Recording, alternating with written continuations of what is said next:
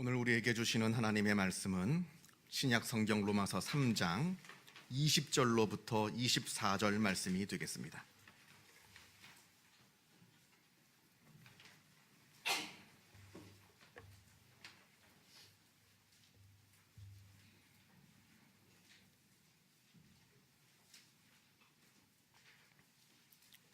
신약 성경 243면에 있습니다.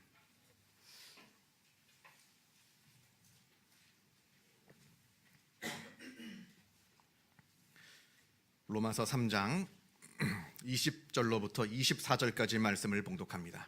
이 계시의 말씀을 봉독할 때에 살아계신 하나님의 음성을 다 함께 들으실 수 있기를 바랍니다. 그러므로 율법의 행위로 그의 앞에 의롭다 하심을 얻을 육체가 없나니 율법으로는 죄를 깨달음이니라. 이제는 율법 외에 하나님의 한 의가 나타났으니 율법과 선지자들에게 증거를 받은 것이라. 곧 예수 그리스도를 믿음으로 말미암아 모든 믿는 자에게 미치는 하나님의 의인이 차별이 없느니라. 모든 사람이 죄를 범하였음에 하나님의 영광에 이르지 못하더니 그리스도 예수 안에 있는 속량으로 말미암아 하나님의 은혜로 값없이 의롭다 하심을 얻은 자 되었느니라. 아멘.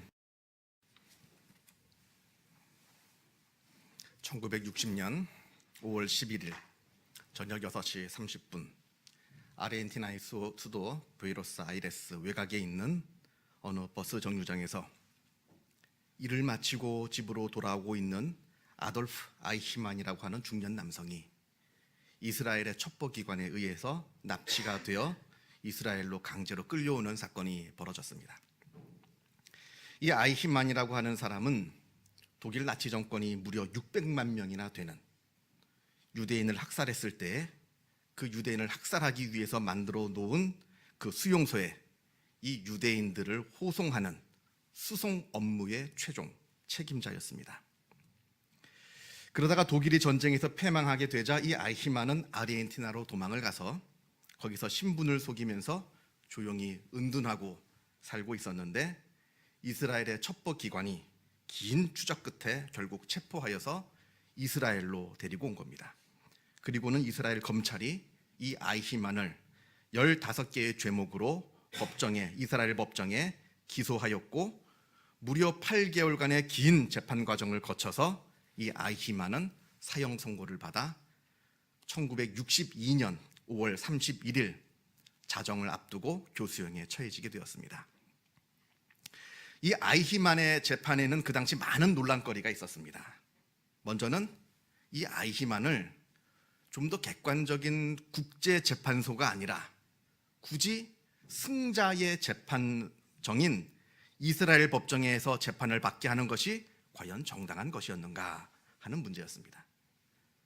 그러나 그것보다 더 큰 논란은 이 아이히만에게 사형을 선고한 것이 과연 정당한가 하는 문제였습니다. 왜냐하면 이 사람은 상부의 명령을 따라서 유대인을 수용소로 호송하는 수송 업무를 맡은 사람이었지 유대인을 직접 죽인 사람은 아니었기 때문에 그러합니다.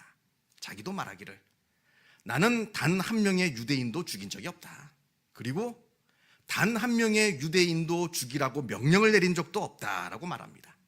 실제로 그런 것이 이 사람은 그런 명령을 내릴 수 있는 그런 위치에 있는 사람도 아니었습니다. 그러나 그럼에도 불구하고 이 아이히만이 아주 적극적으로 유대인들을 죽음의 수용소로 호송하였다 하는 것은 아주 분명한 사실이었습니다. 이 유대인을 그 유대인 수용소로 보내면 거기에서 어떠한 일이 벌어지는지 너무나 잘 알고 있음에도 불구하고 그 일을 회피하려고 하지 않았다고 하는 점과 수동적으로만 이 일을 수행한 것이 아니라 오히려 자기가 적극적으로 이 일을 주도하였다고 하는 점이 문제였다 하는 겁니다. 통계상 하루에 5만 명이나 되는 유대인들을 유대인 수용소로 보내야 되는데 이 5만 명이나 되는 유대인을 하루에 5만 명이나 되는 유대인들을 하루에 보내기 위해서 아주 노력을 많이 하였고 심지어는 유대인 수용소가 포화 상태가 되니까 거기서 이 많은 사람들을 한꺼번에 다 죽이기가 너무 힘이 드니까 기착칸에 가스실을 만들어서 그곳으로 수송하는 중에 그 중에 일부를 그 가스실에서 죽이는 그런 일들도 이 사람이 기획하고 추진했다 하는 것을 알게 됩니다. 그런 이유에서 이 아이히만이 사형을 모면할 수는 없었습니다. 그래서 사형을 당하게 되었는데, 이 재판 과정을 미국의 한나 아렌트라고 하는 여자 철학 교수가 방청을 합니다. 이 한나 아렌트라고 하는 분은 독일에서 태어난 유대인이었고, 독일에서 철학 공부를 하여서 박사 학위를 받은 분이고, 나치가 유대인을 박해를 하자 그 나치를 피해서 미국으로 망명을 했던 그런 분입니다. 이분이 아이히만의 재판을 처음서부터 마지막까지 지켜보면서 그 내용을 아주 상세하게 책으로 기록하였는데, 그 책 이름이 예루살렘의 아이히만이라고 번역되어서 나와 있습니다. 아렌트 교수가 이 재판을 보면서 한 가지 매우 놀랍게 여긴 점이 하나 있었는데, 그건 바로 이 아이히만이라고 하는 사람이 그런 끔찍한 일을 저지르기에는 너무나 평범한 사람이었다 하는 겁니다. 특별한 괴물이 아니었습니다. 우리 주변에서 흔하게 볼 수 있는 평범한 중년 남성, 그 외모도 그러하고요. 그리고 그 말하는 것이나 생각하는 것이 너무나 평범한 그런 사람이었다고 하는 것이 너무나 큰 충격으로 다가온 겁니다.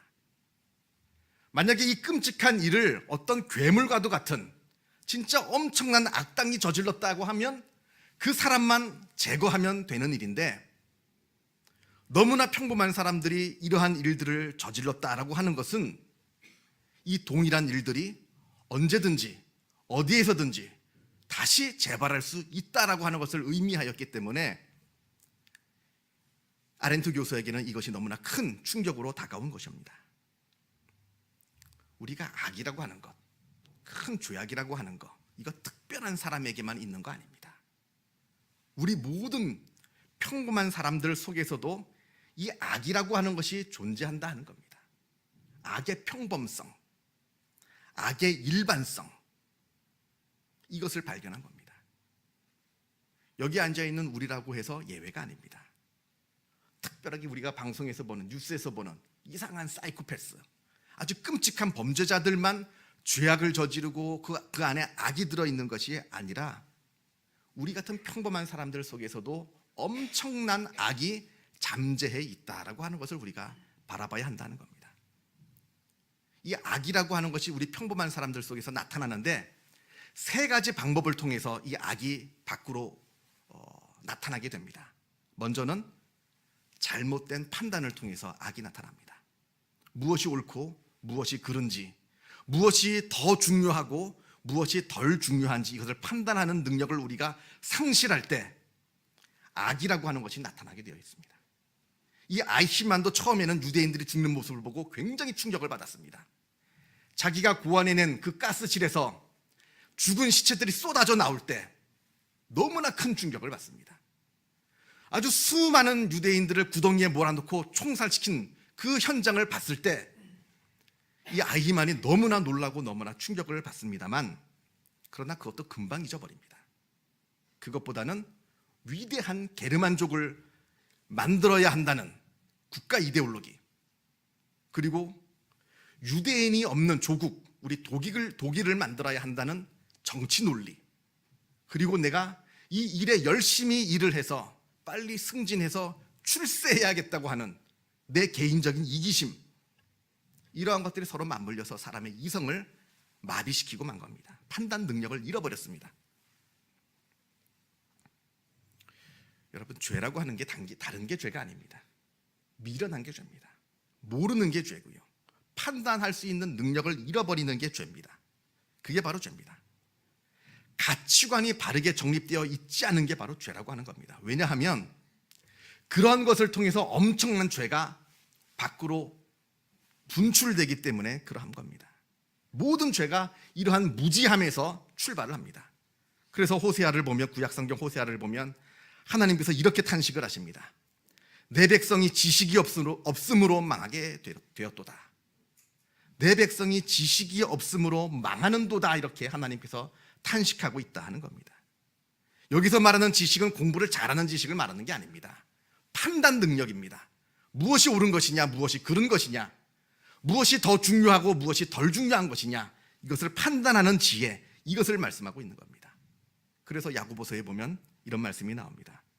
너희 중에 누구든지 지혜가 부족하거든 모든 사람의 후히 주시고 꾸짖지 아니하시는 하나님께 구하라. 그리하면 주시리라. 지혜를 달라고 기도하라는 겁니다. 기도 제목이 많죠. 돈도 있고 건강도 있고 명예도 있고 많은 기도의 제목이 있습니다만 무엇보다도 지혜를 달라고, 나에게 판단 능력을 달라고 기도하라는 겁니다. 그리하면 하나님께서 주시리라, 이 말씀을 하시는 겁니다. 둘째로, 평범한 사람들에게 악이 어떤 방식으로 분출되느냐, 출발하느냐. 둘째로, 악은 잘못된 언어를 통해서 나타납니다. 이건 아주 중요한 이야기입니다. 인간의 얄팍한 어설픈 말로 악을 정당화시키는 겁니다. 그 말로 나를 속이고 다른 사람의 양심을 속입니다. 여러분 군대 얘기를 조금 해보면, 지금은 모르겠습니다. 군대, 저도 군대를 다녀온 지 오래돼서 지금은 모르겠습니다만, 제가 군대에 있을 때만 해도 군대 안에 도둑들이 참 많았어요. 다 훔쳐갑니다. 뭐 이렇게 훔쳐갔는지. 다들 이 단체 생활을 하지 않습니까? 한 방에 같이 모여 사니까 내 물건을 어디다가 안전하게 보관할 곳이 없습니다. 그러니까 뭐 어떨 때는 지갑도 없어지고 전투복도 없어지고 속옷도 없어지고 양말도 없어지고 뭐 없어집니다. 다른 사람들이 훔쳐갈 때가 많이 있는데, 이때 이 물건을 훔쳐갈 때 훔쳐간다 말하지 않습니다. 위치를 이동시킨다고 하지. 위치 이동입니다. 도둑질이 아닙니다. 저기 저 사람에게 있는 저 물건을 나한테 위치를 이동시키는 겁니다. 그러면서 자기가 저지른 그 범죄를, 절도를, 도둑질을 정당화시키는 겁니다. 나는 도둑질하지 않았다. 단지 위치만 이동시켰을 뿐이다. 이런 걸 말하는 겁니다. 언어, 얄팍한 이 언어를 통해서 나의 양심을 속이고 다른 사람의 양심을 속이는 겁니다. 우리가 역사를 쭉 보면 처음부터 독일 나치가 유대인들을 학살하려고 했던 건 아닙니다. 처음에는 독일 안에 유대인들을 다 몰아내는 것만 목표를 했습니다. 그래서 아이러니하게도 팔레스타인에, 지금 이스라엘이 위치하고 있는 그 지역에 이스라엘 국가를 세워주려고 했어요. 너희들은 다 거기서 나가서 살아라. 여기 있지 말고 거기서 나가 살아라. 그것을 만들어 주려고 했는데 그게 쉽지가 않았습니다. 그러니까 두 번째로, 그럼 이 유대인들을 저 아프리카 마다가스카 섬에 모두 다 이주를 시키자. 몇백만 명이나 되는, 그 몇백만 명이나 되는 사람들을 이주시키려고 하니까 그 어떻게 운송수단이 있습니까? 배로 가야 되는데. 그래서 실패를 했습니다. 그러자 마지막에 결정한 것이 대량 학살입니다. 다 죽여버리자는 겁니다. 대량 학살. 그런데 이것을 대량 학살이라고 말하지 않고 유대인 문제의 최종 해결책, 이렇게 이름을 붙였습니다. 학살이 아닙니다. 최종 해결책일 뿐입니다. 솔루션, 파이널 솔루션입니다. 이 문제를 해결하는 방법일 뿐이다. 그래놓고 600만 명이나 되는 그 수많은, 상상도조차 할 수 없는 그 많은 사람들을 학살을 한 겁니다. 여러분, 언어가 무섭습니다. 말이 무섭습니다. 이 말을 어떻게 하느냐에 따라서요, 내가 그 언어를 통해서 내 양심이 일깨워지기도 하고, 아니면 그 언어를 통해서, 그 말을 통해서 내 양심이 무뎌지기도 한다 하는 겁니다. 이만큼 언어, 말이 무서운 겁니다. 그리고 나서야 세 번째로, 맨 마지막에 구체적인 악한 행동들이 나타나는 겁니다. 아무리 평범한 사람이라도 해도 이러한 세 단계를 거쳐서 무시무시한 죄악을 저지르고 만다 하는 겁니다. 제가 독일에 처음 유학 간 것이 2002년도였습니다. 그 유학을 갈 때 2002년도였는데 그때를 기준으로 해서 불과 60년 전에 벌어진 일입니다. 불과 60년 전. 제가 독일에 있을 때 저희 집 윗집에 할머니, 할아버지, 너무나 마음씨 좋은 할머니, 할아버지가 살고 계셨는데 가깝게 지냈습니다. 참 가깝게. 그래서 뭐 음식을 하면 갖다 드리기도 하고 한국 음식을 좋아하시더라고요, 의외로. 그리고 그분도 이제 우리한테 음식을 해놓으면 갖다 주시고 이렇게 잘 사이좋게 지냈는데, 한 말씀 더 드리면 우리 아이가 그때 꼬맹이였거든요. 유치원 꼬맹이. 우리 아이 보고 귀엽다고 보실 때마다 이렇게 지갑 열어서 5유로짜리 지폐를 꺼내주시고, 그 애 귀여우면 돈 주는 거 우리나라만 있는 게 아니더라고요. 그 독일 할아버지도 애 보니까 귀엽다고 지갑 꺼내서 5유로씩 이렇게 주고 귀엽다고 머리 만져주시고 쓰다듬어 주시고 하는 모습을 우리가 보았습니다. 아무튼 그 할아버지가 10대 청소년 때 벌어진 일입니다. 먼 얘기가 아닙니다. 어쩌면 그 할아버지, 그 할머니, 그 마음씨 좋은 그 할아버지, 그 할머니도 그 대량 학살, 그 사건들을 바라보면서 그것에 동조했을런지 모릅니다. 아니면 적어도 그것을 바라보면서 묵인하면서 청소년 시절을 보냈을지도 모릅니다. 그렇게 마음씨 좋은 할아버지, 그렇게 마음씨 좋은 할머니도 그랬을 거다 하는 겁니다. 지금 그 할머니, 할아버지를 비난하는 게 아니라 그만큼 악이라고 하는 것이 너무나 평범하다는 겁니다. 평범성을 갖고 있다, 일반성을 갖고 있다 하는 것을 지금 말씀드리려고 하는 겁니다. 오늘 본문 말씀에 모든 사람이 죄를 범하였으며 하나님의 영광에 이르지 못하였다고 합니다. 이 말씀은 우리 모든 사람이 그 마음속에 죄와 악이 존재하고 있다 하는 것을 말씀하고 있는 겁니다. 여기에는 예외가 없습니다. 특별히 악한 사람이 따로 있는 것이 아니라 모든 사람 안에 이 끔찍한 죄와 악이 숨어 있다 하는 겁니다. 우리가 구약성경 창세기를 보면 아담과 하와가 범죄를 저질러서 에덴 동산에서 쫓겨난 후에 에덴의 동편으로 가서 거기서 살게 됩니다. 그리고는 그들의 아들 가인이 자기의 친동생 아벨을 죽이는 역사상 최초의 살인사건이 발생하게 됩니다. 이 일은 형이 동생을 질투해서 벌어진 일입니다. 질투가 분노가 되었고 분노가 살인이 된 겁니다. 동생 때문에 가인이 질투하여서 그 안색이 변하니까 하나님께서 가인에게 나타나셔서 말씀을 하시는데, 지금 죄가 문 앞에 엎드려 있느니라. 죄가 너를 원하나 너는 죄를 다스릴지니라.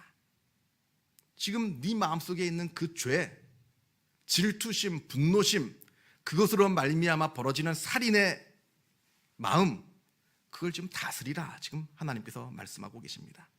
그럼에도 불구하고 그 마음을 다스리지 못해서 결국에는 자기 친동생을 죽이는 역사상 최초의 살인자가 되었습니다. 우리가 이 말씀을 볼 때 기억해야 되는 것이 한 가지 있습니다. 가인이 특별히 나쁜 사람은 아니었다는 겁니다. 특별히 악인이 아니었습니다. 우리와 같은 평범한 사람이었습니다. 보통 사람이었습니다. 그러나 그 보통 사람 마음에 들어있는, 안에 숨어있는 그 악을 다스리지 못했기에 죄를 저지른 겁니다.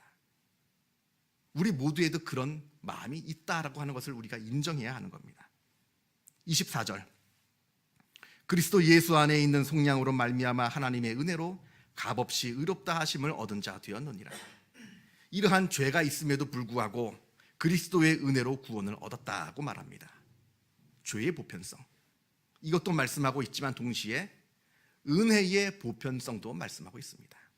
다 죄인이지만 그럼에도 불구하고 하나님께서 그리스도의 사건으로 말미암아 우리를 구원하셨다라고 하는 겁니다. 모든 사람 가운데 다 죄가 있지만, 악이 있지만 다 용서하시고 구원해 주셨다 하는 말입니다. 22절, 곧 예수 그리스도를 믿음으로 말미암아 모든 믿는 자에게 미치는 하나님의 의인이 차별이 없느니라. 하나님께서 우리에게 주시는 이 구원의 은혜, 여기에는 차별이 없다라고 말씀하고 계십니다. 그저 그리스도만 믿기만 하면 그 마음속에 있는 모든 죄들을 다 용서하시고 구원해 주시겠다 하는 겁니다. 우리는 생각합니다. 어떤 죄가 무거운 죄고 어떤 죄가 가벼운 죄인가? 그래서 어떤 사람이 큰 죄인이고 어떤 사람이 가벼운 죄인인가? 그래서 큰 죄인은 용서받지 못하고 가벼운 죄인만 용서받는다. 나는 큰 죄인이 아니라 나는 가벼운 죄인이다. 스스로를 위로합니다만 하나님의 눈으로 볼 때는 다 똑같습니다.